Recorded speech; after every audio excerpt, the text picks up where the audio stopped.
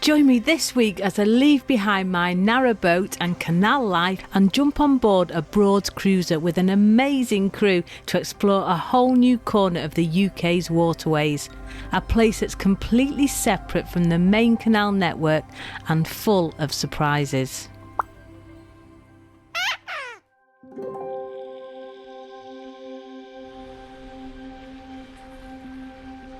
Good morning, it's very moist today and I've driven halfway across the country to Norfolk as I've been invited onto a boat by some viewers of the channel.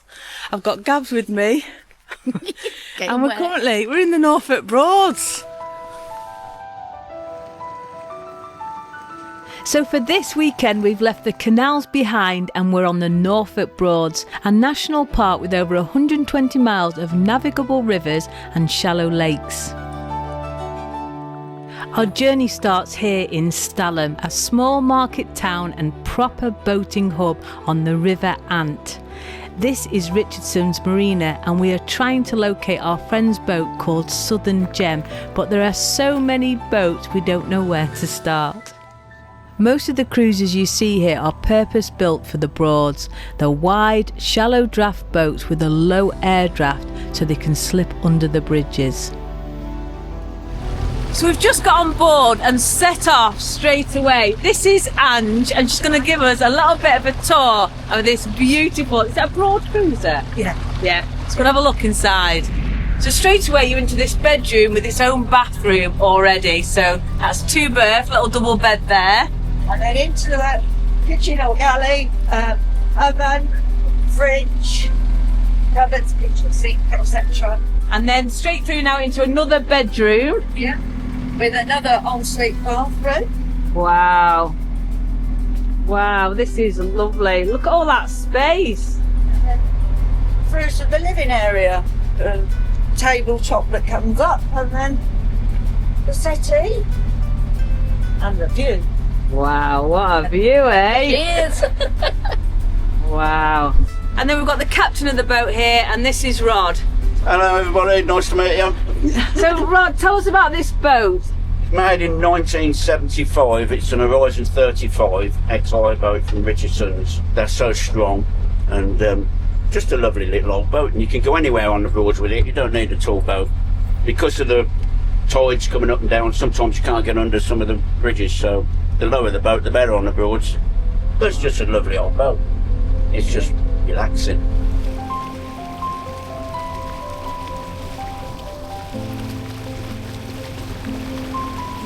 Got drenched this morning, hence my hair, walking to here. But they've got a diesel heater, a Besco diesel heater, which is just blowing throughout the boat. And the difference to a narrowboat is you're driving this from the inside. This is just amazing. No cruising with nipples like bullets on this boat.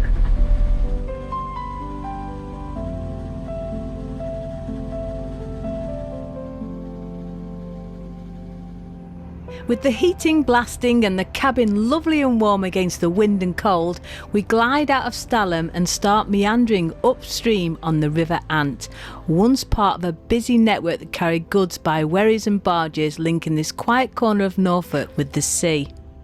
We cruise past riverside homes with boat houses and kayaks tucked at the water's edge, a modern chapter in this ancient water world.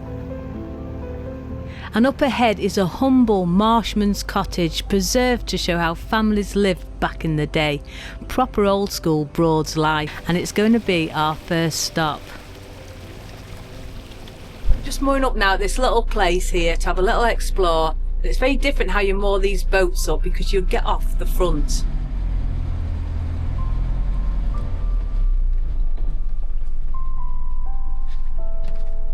She's stepped off the front rope and then Rod's gone out now and he's got the rear rope.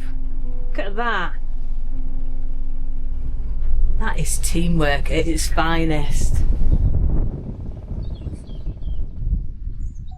So there's over 125 miles of these Norfolk Broads to cruise on and there's no locks. And we've stopped at this little cottage just here. Oh yeah, a full water pond.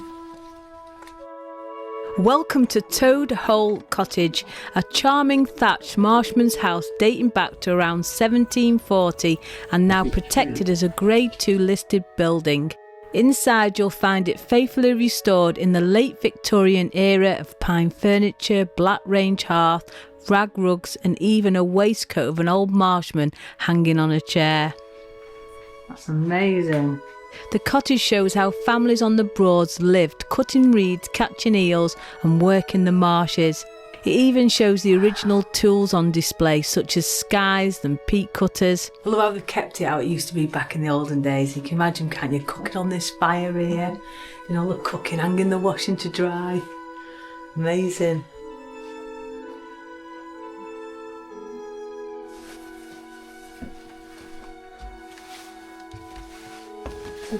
Yeah, I know, it's beautiful, isn't it? Proper steep stairs, wooden hills.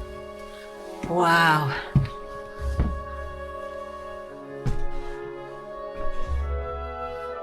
And there's the beautiful Southern Gem, our boat just there.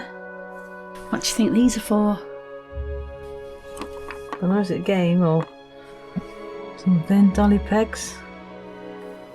Everything would have been candlelight. Your own glass of rum just there. Wow, and a little chamber pot's just here as well. They're brilliant, them little toilets. I don't know why I've got rid of them. I'd love one of them by my bed. That is brilliant, isn't it? Yeah.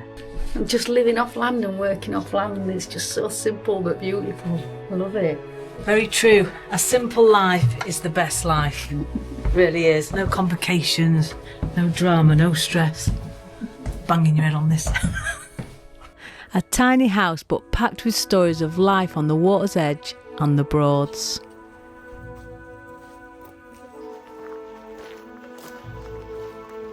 So this is Toad Hole Cottage. How quirky. We headed back to Southern Gem, our Horizon 35, and continued our cruise heading towards St Benet's Abbey. So these wonderful Broads that we're cruising now are just stunning, and they're actually man-made because back in medieval times they dug all the peat out of these and used it for fuel for heating and whatnot. And then once the sea rose and flooded them all. So now they're these beautiful Broads that we're cruising today. And it's just amazing, stunning. And what I love is I'm out here now and it is just, wow, just look at it. And then you can just cruise your boat and be lovely and warm from inside there. That is just what makes it for me. It's amazing. Just being able to cruise in the warmth. Woo, because it's cold today. And then we're back inside. Nice and warm. It's lovely in here.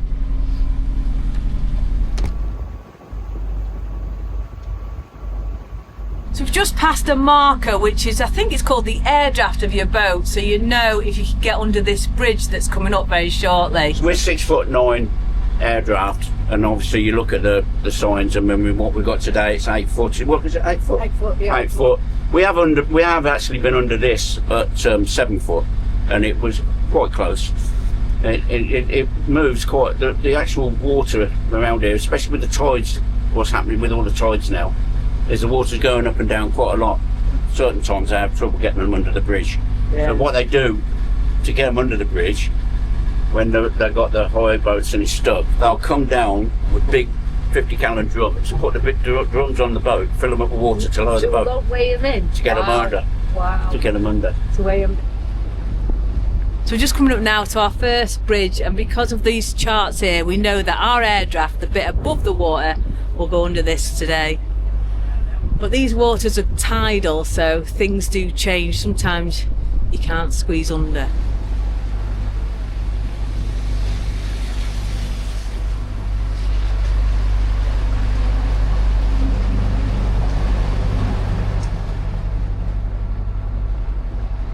Just spotted my first narrowboat on here. So remember that the Broads are cut off from the main canal network. They're a separate waterway all on their own. So that probably been craned in here.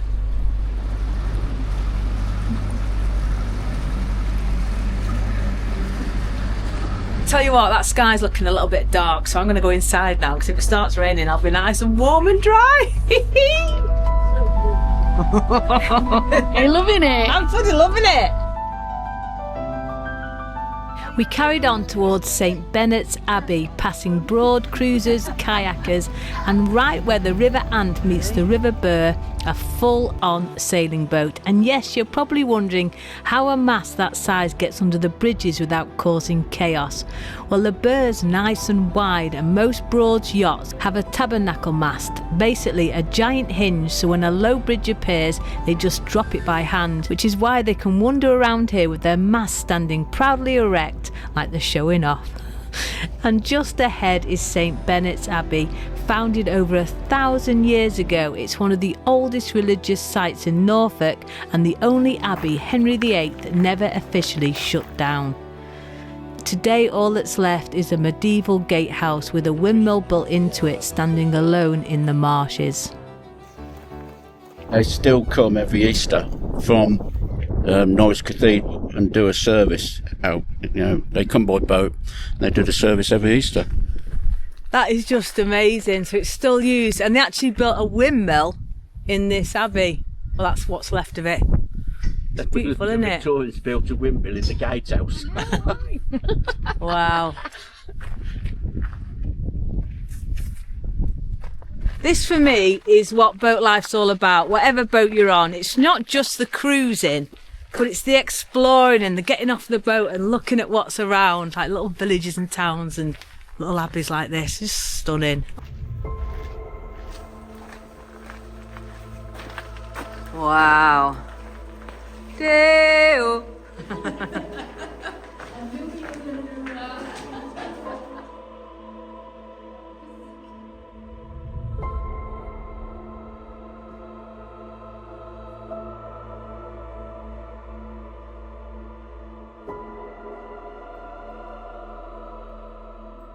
When Windsor burnt down, the Queen donated those burnt timbers, and they made a cross and put it on the monastery up there. No, those timbers were actually in the roof of Windsor Castle. That's brilliant. Wow.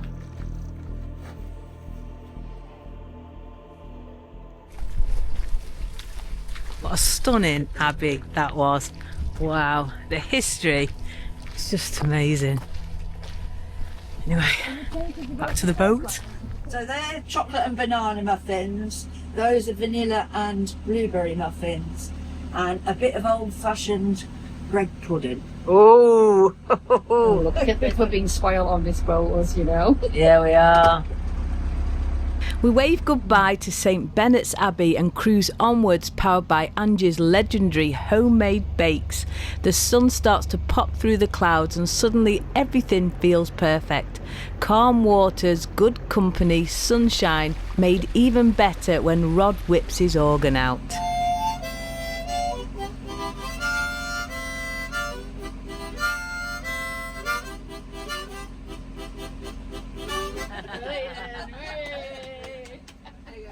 So you can see it's a little bit different to the canals in the way that you haven't got boats moored up all along the sides like you do. I think there's sort of designated moorings, but I was talking to Rod and he said you can wild moor, you just got to be really careful. But that's one of the things I really love about the canals, is you could just plonk yourself virtually anywhere. You do get more of a sailing vibe from this, seeing the different vessels and stuff. And it's so open and big. Beautiful. There's a lovely little church just on the hill here, and Rod has got a little bit of a story to tell us about it. In the tower, there's a hole, a peephole, and it's directly in line with the monastery. And in the olden days, when anybody was coming up the river, they used to light a light in the tower, and that shone down there. And in the monastery, if they said the light was on, they knew there was somebody who's coming to the monastery. Like those. That's brilliant, isn't it? That's done for it. Oh, it's lovely. Brilliant. Fucking fantastic, Captain. You'll notice we're passing loads of windmills along this stretch, but they're not for decoration. Most of these are old drainage mills. The Broads were originally soggy marshland, and to stop everything from turning into one giant puddle, they used wind power to pump water off the land and back into the rivers. This was early flood control powered by Victorian engineering. So I'm going to have a go now at driving it. So we've got a steering wheel, which is a little bit different to normal. Woohoo! Bloody hell. Where are you going, Heidi? Which way are we going then, Captain? That way. Right become. Otherwise we'll go to Yarmouth. Yeah. Right, so we're going to go to the right. So it's very responsive, I have to say. It's, I'll tell you what, it's lovely here. The heater's kicking out right by my feet. Lovely and warm. In fact, I'm getting a bit of a sweat on. Yeah, very different to driving a narrowboat this. I love it. Wonderful. Just to be warm cruising is a game changer.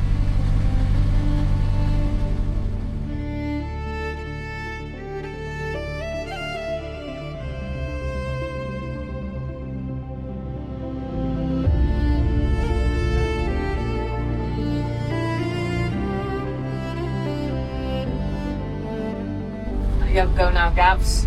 Oh, So we've got Gabs at the helm now. this is just like driving a car, I think. Yeah. Or one of my old ambulances that I used to drive. The thing is, what you have to remember is that you're at the front, so when whatever you do here, the back will go first, and Yes. then it'll start to pivot in the middle, but the Yes. back will go out first. So you always got to remember, if you're going past anything, you turn, your back's going to go, Yeah. Yeah. because you're on the back. You know that. Yeah. Yeah. Yeah, that's it. You are controlling your front back. And that's what happens with a lot of the holiday makers. They forget that the backs go out. Yeah, they're like swinging out. It's like rear wheel drive. It's like drawing a forklift. It is, it's amazing, isn't it? Oh, it's so beautiful. What a beautiful county it is, Norfolk, you know. So how long have you had this boat then, Ange?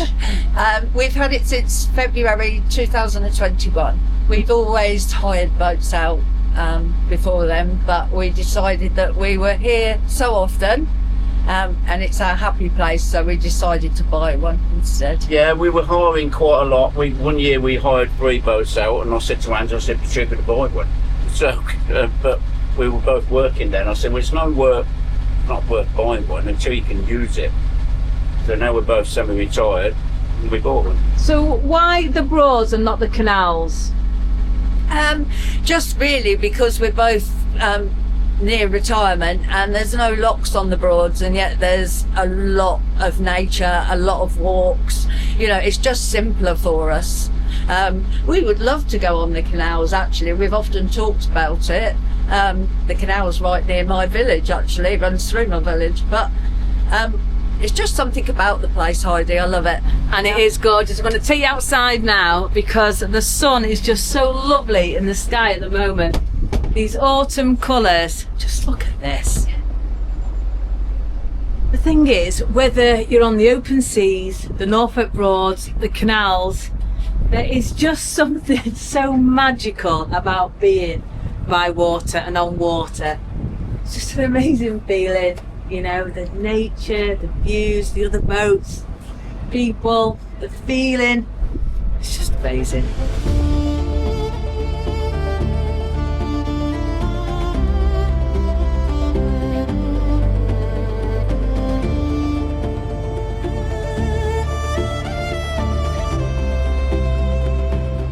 So we're just coming up now to a pub, so obviously we're going to stop.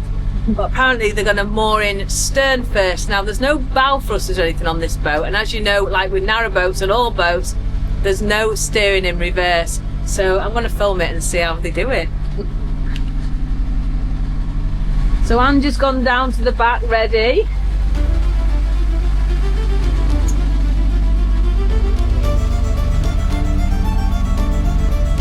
So you're going to step off the stern, are you? Oh, yeah.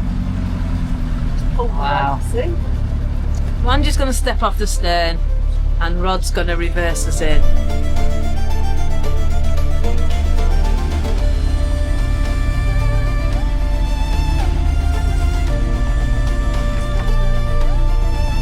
So it is a two-person operation, this.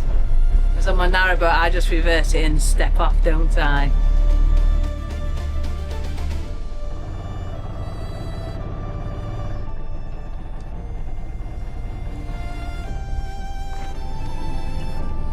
I'm old, I can't use knees give way sometimes. You've done brilliant. Easy way. That's perfect. Absolutely perfect, that. Yeah, masterful. No problem at all. You got it, darling? Yeah, okay. Yep. I sat down, Rod. Didn't trust myself with my knees. Got a wet bum, but never mind.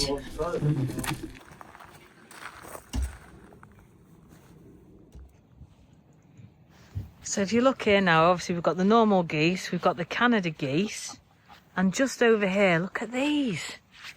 These are Egyptian geese. Aren't they unusual? See, they're speaking Egyptian, so it's a bit different noise. We arrive at the pub and settle in like we've earned it. A couple of pints shared with our new friends and brilliant hosts for the day. They made our first Norfolk Broads adventure feel absolutely perfect. And then before we cast off again, Ange does a good deed for the day and feeds the ducks, who instantly decide she's their new queen. Get a bit nippy now. We're going to be heading back. It's been a wonderful day. Have you enjoyed it, Gavs? Yeah, how beautiful is it? Look, sun's going down. No clouds in the sky. It looks gorgeous. So with the sun starting to dip and the sky turning golden, we slip the lines, fire up the engine and head back towards our mooring. Good company, beer inside, and the Broads looking absolutely magic.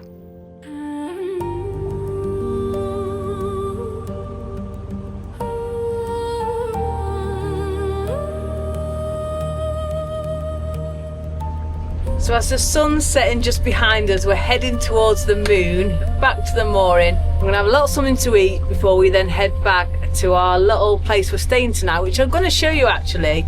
We've got this really good deal on booking.com. It's like a little campsite. We're staying in a little chalet, so I'll show you that.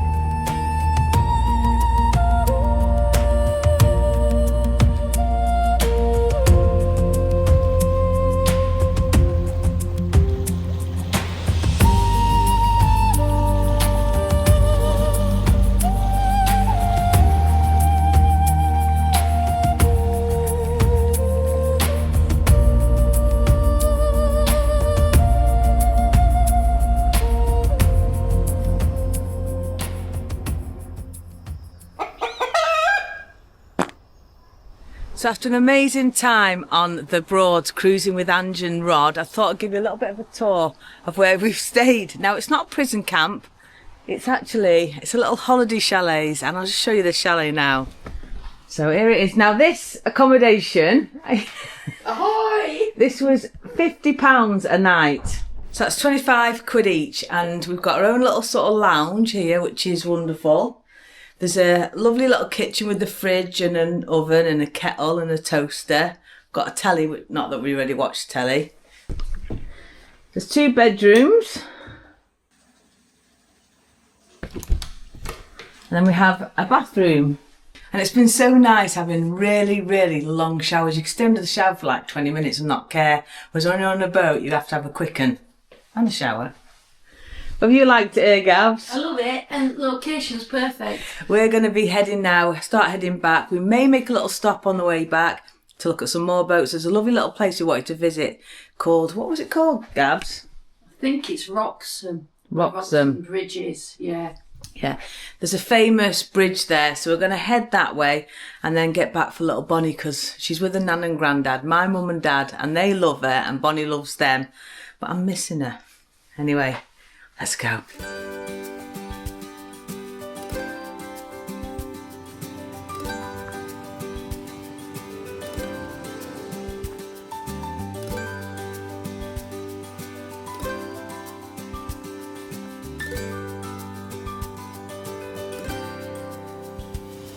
So we just stopped for a lovely little breakfast at this place called Wroxham, and it feels like we're at the seaside, but we're inland, aren't we? Yeah. Because there's ice cream shops, donut shops, fish and chip shops, and all these boats. And most of the shops we've noticed are owned by a guy called Roy. We've seen a toy shop, Roy's Toys, a department store, Roy's Food Hall. yeah, everything. Yeah, so I would love to know who this guy Roy is. But yeah, we just feel like we're at the seaside. It's lovely and it's cold and about to rain. So we're going to get on our way now, but we wanted to stop somewhere quirky for our breakfast, and this has been lovely, hasn't it? Beautiful, beautiful place. And I just want to say as well a massive thank you to Ange and Rod for inviting us on that wonderful trip on their boat. Anyway, back to the Jolly Roger and freezing my nips off.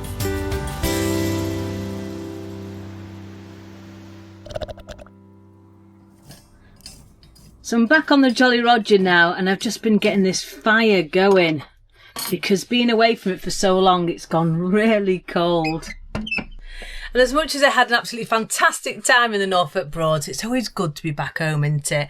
And I went to my mum and dad's before, picked up the little Bonster. She's actually sat in the chair now, cheeky bugger. But it's rum time.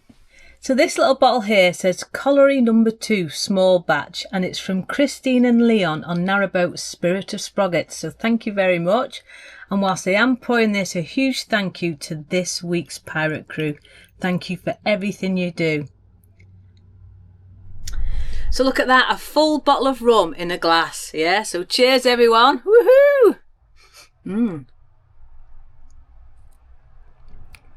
Ooh, I'm getting flavours of vanilla and rum in that one, so thank you. And also a massive thank you to whoever Yin Yang Pony is, because they sent me a lot of coffees the other day, but they didn't leave a name, and that was the only bit I could see, so thank you very, very much.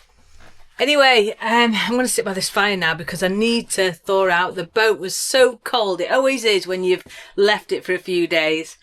But next week, we're going to be heading up the Llangollen Canal, hopefully. It's going to take me a while to get up it, but at least I'll get onto it, if you know what I mean.